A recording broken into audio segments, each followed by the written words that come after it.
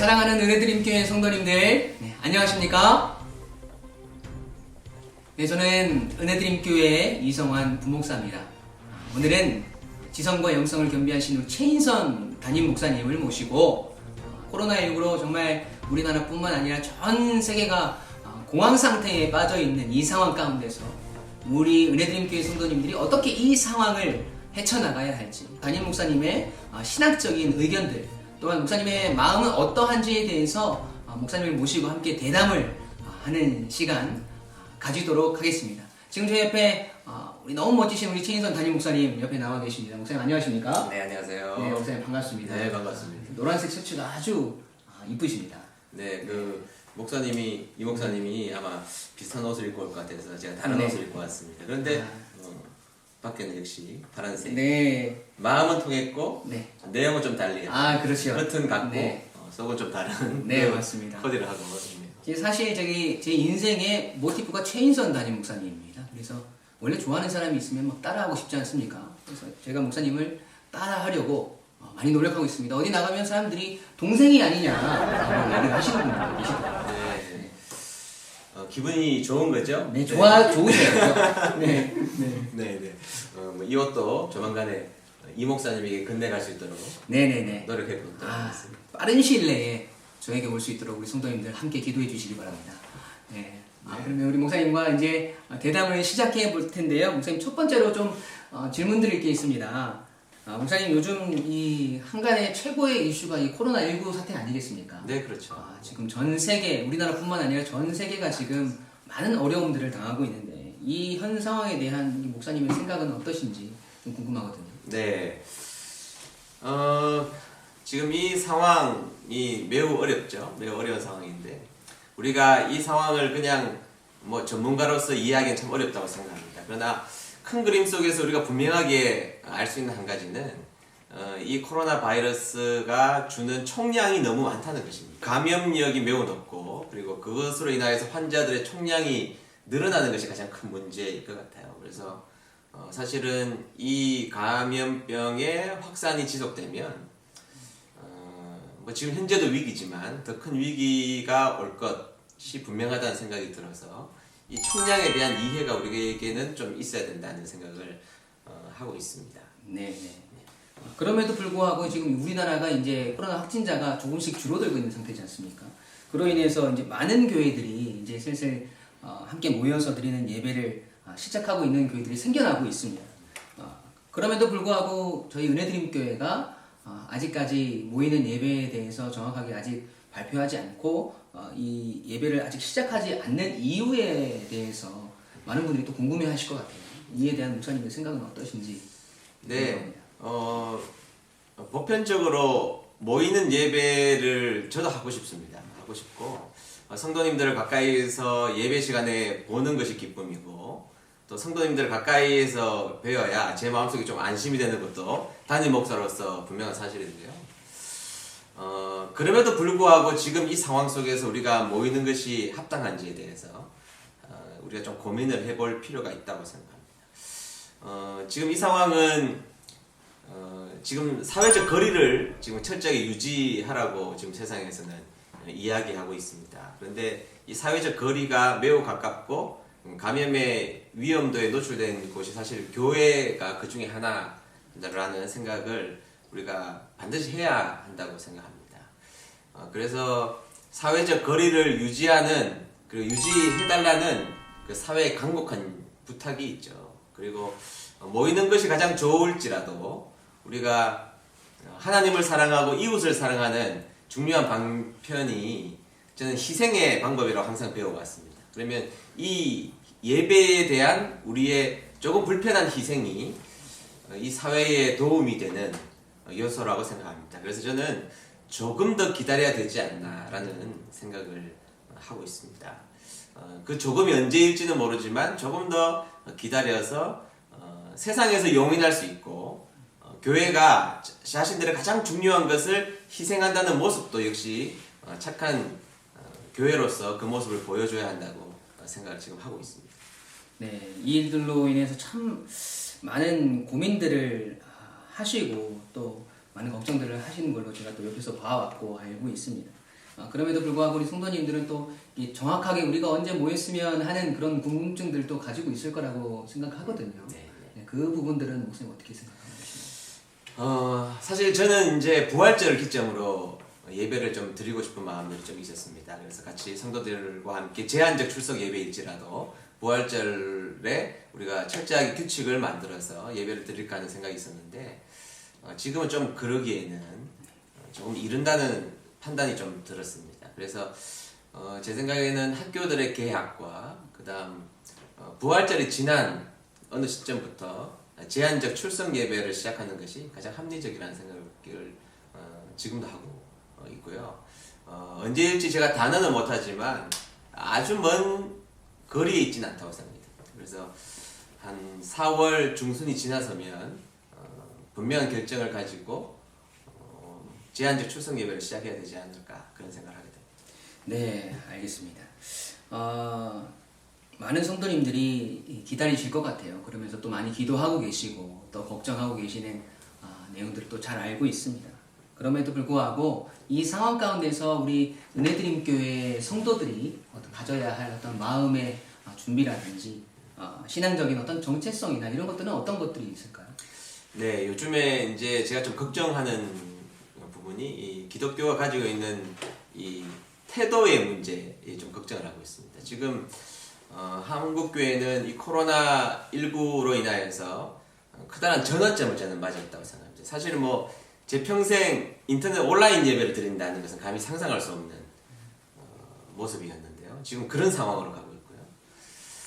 아마도 그 부분에 대해서 신앙적 그리고 신학적 스탠스를 어떻게 유지하느냐에 따라서 그 교회가 사회 가운데 그리고 성도들에게 의미 있는 교회인지 아니면 이기적인 교회인지 아니면 희생을 하는 교회인지 그리고 그 상황을 어떻게 합리적으로 대처하는 교회인지가 정확하게 판가름 나는 시점이라고 생각해서 사실은 좀 교회 지도자로서 좀 긴장을 하고 있는 것도 분명한 사실입니다. 지금 뭐 뉴스상에서 교회에 대해서 비난글 그리고 우리 뭐 사역자들도 분명히 아시겠지만 이 목사님도 인터넷 뉴스를 열어보면 교회에 대한 댓글을 읽어보기가 무서운 시절이 되었지 않습니까?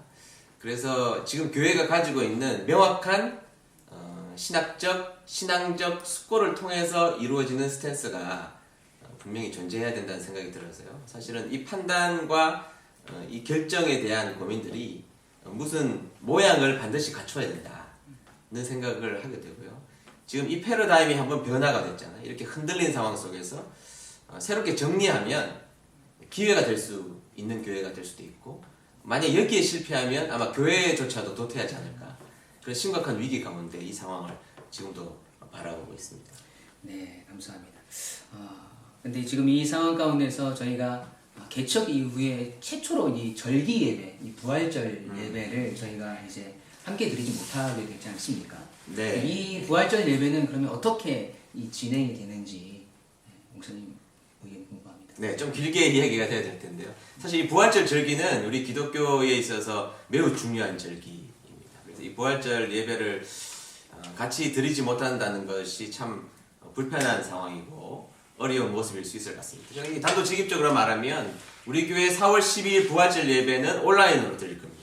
온라인으로 가정에서 드리는데 사실은 그것이 문제가 아니라 이제 부활절이 되면 우리 은혜드림교회에서 했던 주의 만찬 성례전이 있지 않습니까? 교회는 예배와 성례전이 함께 가야 되는 것이 교회인데요. 성례전에 대한 문제가 이제 등장하게 되죠. 그래서 주일 예배는 온라인으로 예배를 드리게 될 것이고 그 다음에 성례전은 아마 제가 단언컨대 전 세계 최초의 드라이브 스루 주의 만찬이 되지 않을까. 드라이브 스루 주의 만찬 뭐 그것에 대해서 좀 이따 좀 설명드리겠지만 오후에는 1시부터 3시까지 드라이브 스루 주의 만찬이 우리 교회에서 이루어질 것이고요. 그때 이제 성도님들 얼굴 한번 뵙고 싶네요.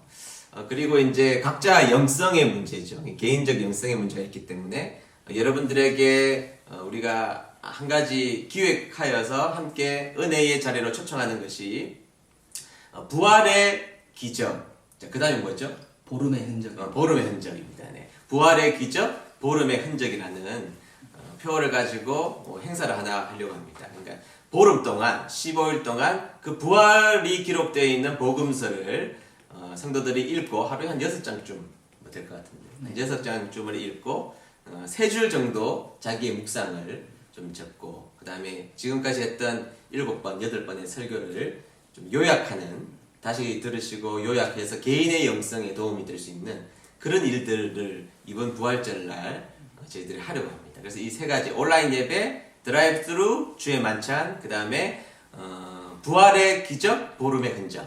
그래서 그 세 가지를 통해서 부활절을 좀 뜻깊게 보내려고 저희들이 준비하고 있습니다. 네, 참 획기적인 발상인 것 같습니다. 사실 뭐 드라이브스루 코로나19 검진이나 드라이브스루 예배에 대한 부분들은 제가 인터넷 기사로도 본 적이 있거든요. 근데 이 드라이브스루 주의 만찬은 어떻게 진행이 되는지 구체적으로 조금 목사님 설명을 좀 해주시면 좋겠습니다. 네, 이 드라이브스루 주의 만찬 이렇게 하니까 혹시 좀 가볍게 느끼시는 분들이 있을까 조금 걱정이 됩니다. 그런데 그렇지 않습니다.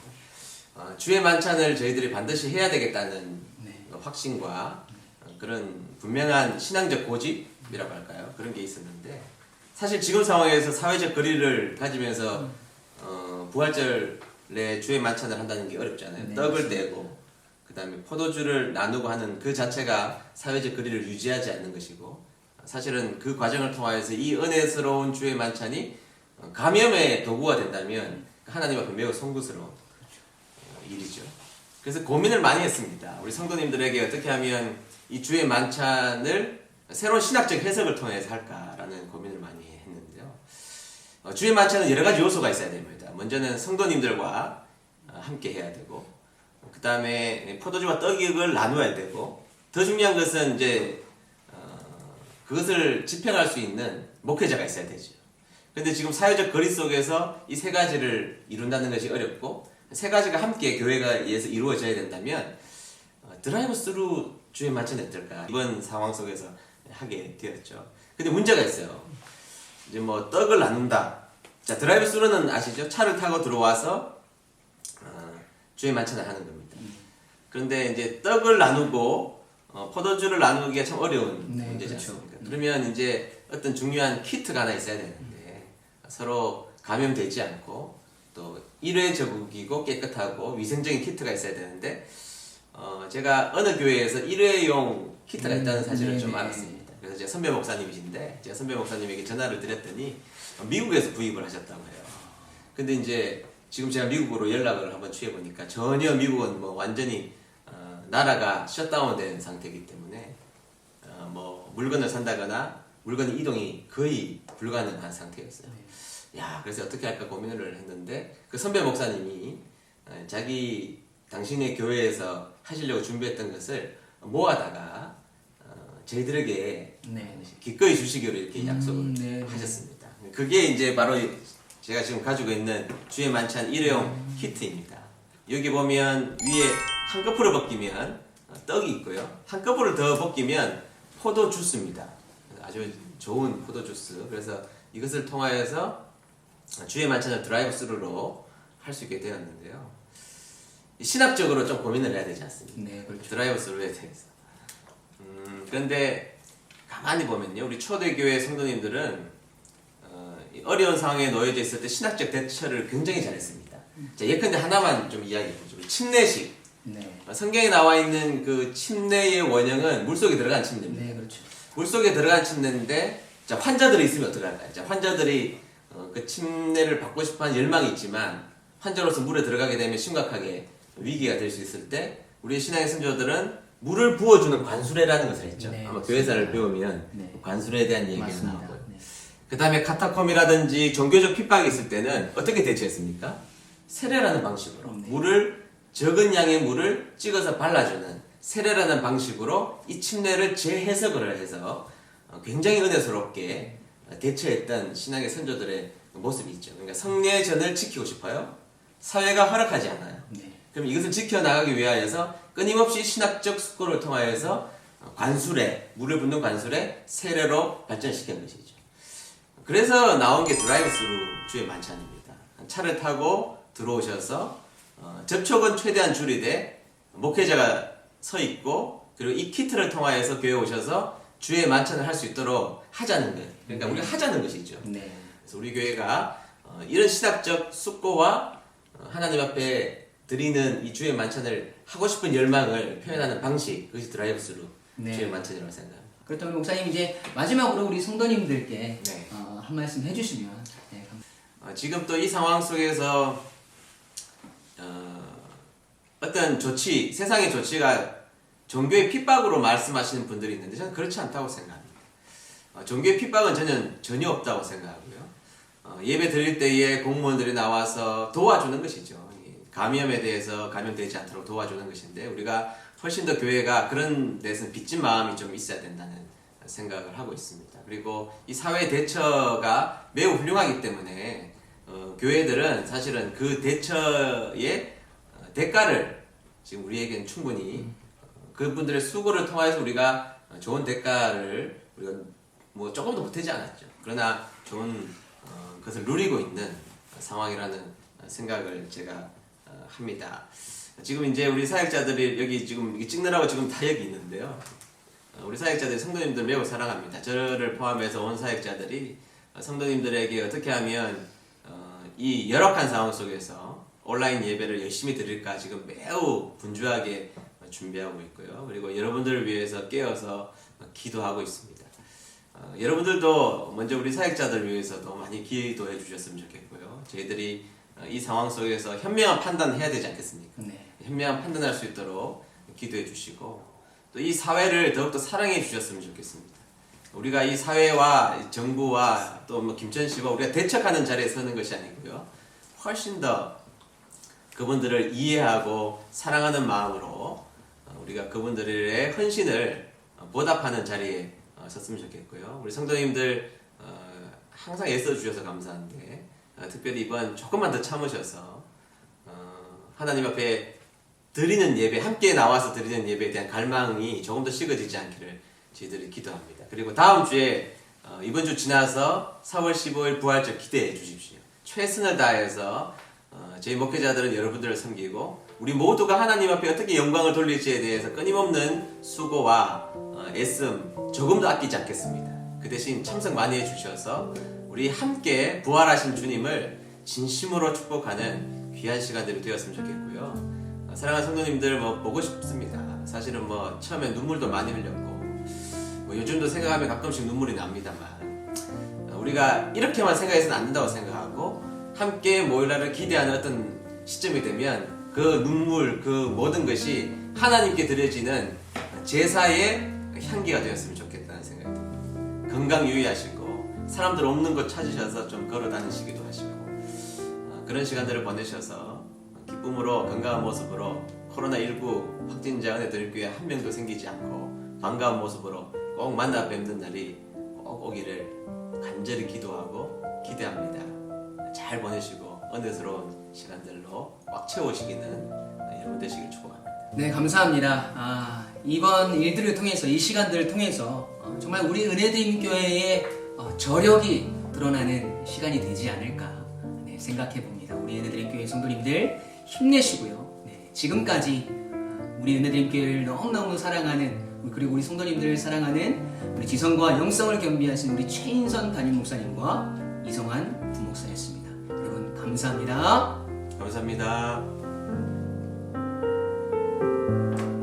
안녕하세요. 안녕하세요. 할렐루야. 사랑합니다. 마지막.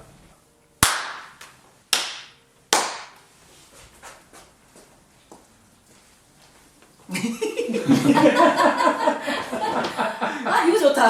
인사 내가 좀 정중했어야 되는데 이게 깜빡 잊었어. 괜찮습니다.